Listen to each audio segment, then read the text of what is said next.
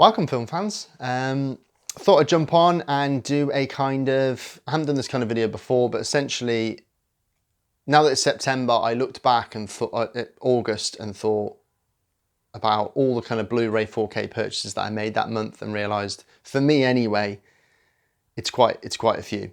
I don't tend to, I'm not as big into collecting anymore as I was when I was younger, so this pile that I'm going to go through here, which is probably going to be quite shameful compared to other collectors, especially on YouTube, or even maybe for those of you that are watching, but nonetheless, I thought, why not share? So I'm going to jump right into it.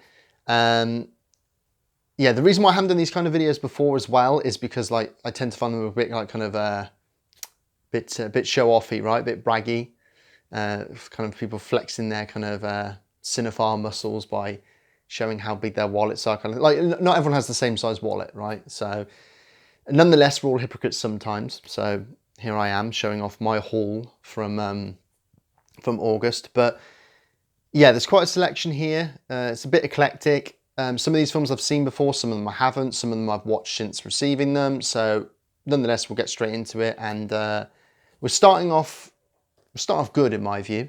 I don't think that's a controversial opinion, unless you're a bit of a contrarian with this. But this is the most recent purchase for me, and that's Martin Scorsese's classic film, 1976, Taxi Driver, starring Robert De Niro. This is the 4K Steelbook. I think it's region unlocked, so A, B, and C. Just the 4K presentation of this film. No new extras. All the extras are kind of from the prior releases of the DVD and the Blu-ray. But kind of a must-have. I've been waiting for this to come out on 4K for a while now, and some of Scorsese's films are out on 4K. Some of Martin Scorsese's other films aren't, for reasons that, well, we'll get into this in a second actually, because I have got another Martin Scorsese film that we'll get into in a second. But yeah, not a huge fan of the cover art. I mean, well, I don't know. I think it will grow on me. I think it's like one of the original promotional posters for the film, right, from '76. But like I say, received wisdom is that this is a classic of American cinema, of all cinema. I think its critical reputation is slightly reduced. It's reducing slightly in recent years. That's probably because the film's kind of been now claimed by a certain subset of fans that. Whose interpretation runs counter to what the filmmakers intended, is quite toxic. That's all I'll say about that. And probably because, as well, like a lot of films are kind of influenced by this and use kind of poor appropriation of its themes and Joker, and therefore, I think that kind of has marred its own critical reputation a little bit, perhaps. So I think people are a bit less reluctant to claim it as maybe the classic that it is to a lot of people anyway, or was to a lot of people. But nonetheless, I think, yeah. I mean, I saw this movie. Let's put it this way, way younger than that 18 recommendation or legal recommendation was. I think I was 12 when I first saw this film. When I was too young to know what really it was about and what was going on. So it disturbed me, which I think is the healthy reaction to have with that film. So the next Scorsese film that I picked up, courtesy of a BFI sale that's been running over the last month or so, I think, is Scorsese's Alice Doesn't Live Here Anymore, which I hadn't seen before. Made in 1974, so after his breakthrough Mean Streets and before Taxi Driver in '76. Kind of one of his forgotten films. It's an apt reminder that Scorsese doesn't just make gangster films. I think it's telling that this is the only release of this that we have in the UK. No Blu-ray, no 4K release as of yet. Not many extras on here. There is a collector's booklet, which I haven't actually read the essays from yet. But was kind of seen, I think, in its day as a kind of feminist classic and quite a popular film, in the sense that Ellen Burstyn won the Best Actress Oscar for it, for a performance in this as Alice, the mother. And yeah, I enjoyed this. I was kind of moved by the end as well, which kind of snuck up on me. So it's a film that kind of can catch you a bit unawares, and I think maybe your enjoyment of this will be made or broken by how much the little boy annoys you. He doesn't annoy me, actually. I find him quite endearing, but I can see how some people would find the boy in this really annoying. But Chris Christopherson's in this. Harvey Keitel appears in this. I find it kind of interesting that how Harvey Keitel actually was kind of Scorsese's creative muse until he was kind of like supplanted by De Niro throughout the 70s. Yeah, I thought it was a really, really good film, and kind of unjust that it's forgotten. Like I say, it's a reminder that Scorsese doesn't just make gangster movies; that he also does make movies like, this and Kundun and Hugo or Silence or After Hours, King of Comedy, which has gained a bit more critical stature or attention over the years, rightfully so. But yeah, this is kind of like his forgotten film sandwiched in between two others, I think. The next one is a kind of 1950s sci-fi classic, probably the best of the 50s sci-fi film classics that I've seen. Again, picked up in the BFI sale, and that's Don Siegel's Invasion of the Body Snatchers.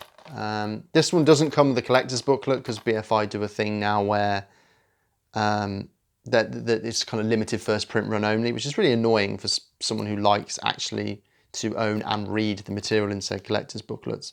But it's again creating that FOMO culture where, it'll increase sales because people will buy limited editions through fear of missing out on them.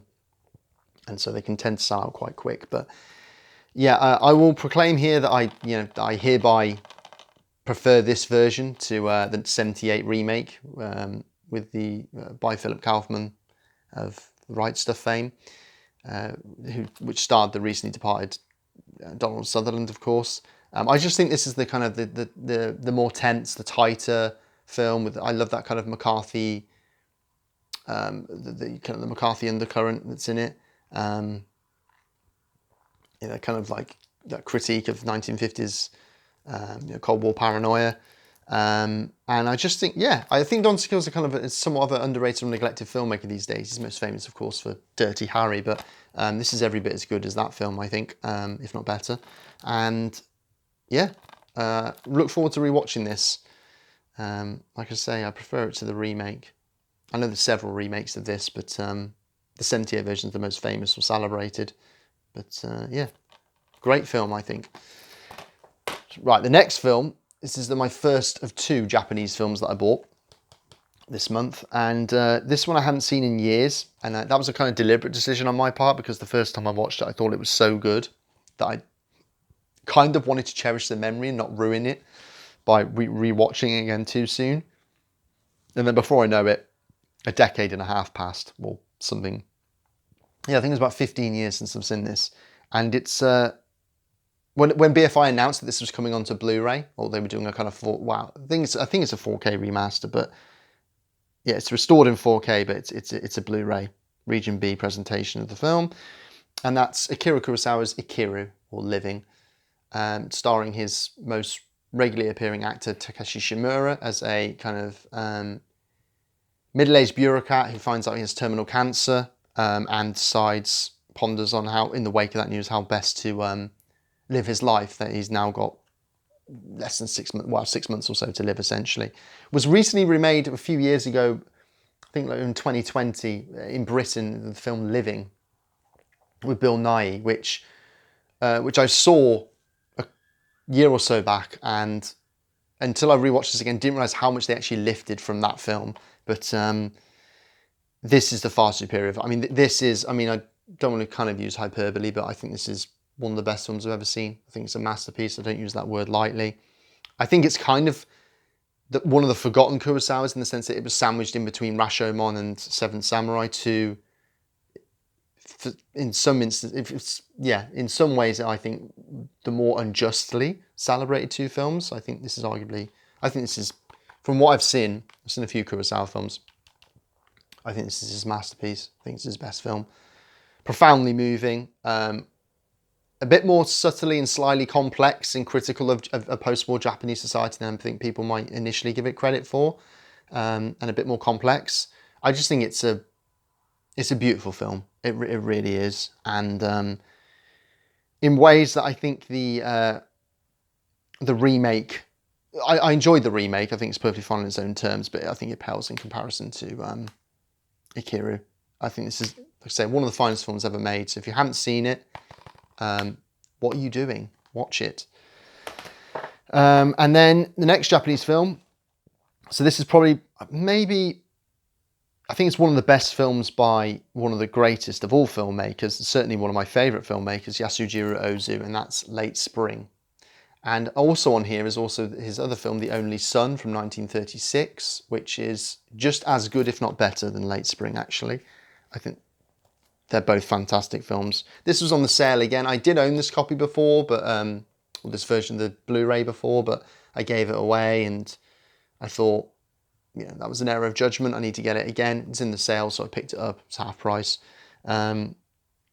Watch now when they do 4K remasters of this, because they are, I know they did it for Tokyo Story, but yeah, Ozu's kind of like one of the most revered of all filmmakers, really. I think rightly so. He's, like I said, one of my favourite filmmakers. It's probably the filmmaker I've seen, one of the filmmakers I've seen the most films from as well. Very singular filmmaker, and it's hard to adjust if you've never seen a film by him. But again, if you haven't, what are you doing? You need to watch an Ozu film. And actually, his influence is very, very widespread, actually, more so than I think people realise. But just, again, makes these profound, powerful movies through using essentially his own brand of kind of cinematic minimalism. But just Late Spring is a wonderful, wonderful film. And I'm glad to have picked it up again. So, yeah. These films, this is a set of films that I haven't seen before. I've heard great things about this director, kind of apparently very underappreciated within the horror genre, and I've never seen a film by him, and that's the Bob Clark Collection. So, limited edition set, 3 of his films, made between 72 and 74. You got on here Black Christmas, Death Dream, and Children Shouldn't Play with Dead Things, which is, I think, is a zombie film. Comes with booklet, art cards, and quite a host of nice extras, actually. So this is a set by 101 Films. Yeah, Region B exclusive. Like I said, I haven't seen any of these, and I've deliberately not looked too much into what these films are about, because I'm going to be kind of hopefully pleasantly surprised when I watch them. I intend to watch these in October, so during kind of Halloween season. I'll probably review the set once I watch them all. I intend to watch them kind of chronological order of when they were made, and yeah, I am looking forward to watching these, because when you've seen a lot of the classics, particularly from the 60s and the 70s of that period, you do want a kind of pleasant surprise, a nice discovery. So, yeah, shocking how I haven't seen these, but I do look forward to watching them. So there's that. Again, call it in the sale, half price. Couldn't resist, because I have been eyeing that setup for a while. And then my final lot that I've got here is... so I own Volume 1 and Volume 2 of the set. Again, BFI related. Apologies, by the way, about the creaky chair, if you can hear it. Again, I spend too much money on these, on Blu-rays, clearly, as opposed to investing in decent chairs. Priorities, right? So this is Volume 3 and Volume 4 of the Bergman set, BFI. Again, in the sale, half price. I'm glad I snapped Volume 3 up in particular. Not just because of the films that are on it, but also because I think this is the first one to now go out of print, I think. So, and I believe that's probably because Persona's on it, which is probably his most... It's not his most iconic film. That would be The Seventh Seal, which is in Volume 2. But it's... I think it's, again, received wisdom that Persona is probably considered now his greatest work, although Bergman has several kind of reputed masterpieces that he made. But, yeah, I've been wanting to get my hands on a lot more Bergman films for a long, long time. But of course, Criterion did that massive set, but Criterion wasn't available here back in the day, so you need to have imported it and have a multi-region player. I think Tartan had their own sets, but then they went out of print years and years ago on DVD, and there hasn't been anything decent since, so I'm looking forward to the fact that we've got these now. Like I say, collector's booklets, hardbound cases. That's Volume 4. So Volume 3 is like his key 60s works, for the most part, and Volume 4 is the key 70s ones. Shamefully, I've seen nothing of Bergman from the 70s. So I've never seen Cries and Whispers. I've never seen Autumn Sonata, Scenes from a Marriage, Fanny and Alexander from the 80s. Scenes from a Marriage was recently remade, I think in a Netflix miniseries with Oscar Isaac, or maybe just a Netflix film. I deliberately avoided that because I like to essentially watch. I tend to prefer watching the originals to remakes. That's usually what I do. It's not always what I stick to, but yeah, I mean, I've seen more of the films from Volume 3 for sure, including Persona, which was I think the first Bergman film I ever saw. Which I agree, it probably is. It is a masterpiece, and it's probably the greatest film of his from what I've seen so far.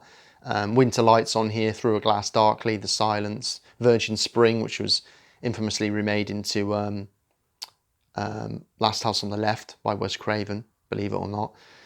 But yeah, Bergman's an interesting filmmaker because I think he's, ever since his death in 2007, he's kind of, I think, fallen out of favour slightly.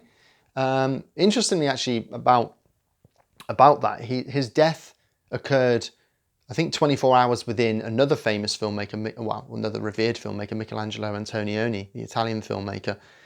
They died within 24 hours of each other. I would rather watch a Bergman than an Antonioni, and depending on which Antonioni it is, but yeah, I mean, these aren't films to be binged though, so I probably will be, because they're kind of austere works of kind of rigorous moral philosophy and serious, they're kind of serious films, right? So they're quite hard films to binge. Not that Bergman typically makes his films too long in terms of running time, but still. But I do look forward to finally catching up and not completing his films, because he's made a lot more films than even these the 4 volumes carry. But I do look forward to watching them all, and particularly his 70s films, actually, and Fanny and Alexander from the 80s, which is also considered one of the finest films ever made. But I'll be the judge of that. No, I mean, like I said, in fact, I've yet to see a Bergman film I actually dislike. I can't say the same for Antonioni.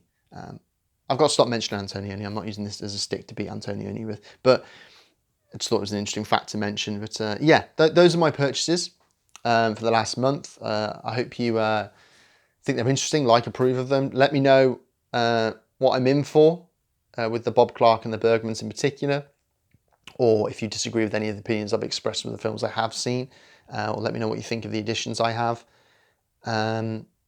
Hopefully it's convinced you maybe to pick some up as well, particularly with the Kiru and Taxi Driver, both must-see films, as is Late Spring, actually. Any of these films are worth seeing, right? So yeah, with that said, that's a wrap for this video, and just thought I'd share my recent purchases with you. And as always, like, comment, subscribe if you haven't already. I do intend to be a lot more consistent with my content here on YouTube. And who knows, maybe I'll be a hypocrite again and do another one in October, my September purchases, if I've got any money left. And with that, yeah, as always, take care, and I'll see you on the next one.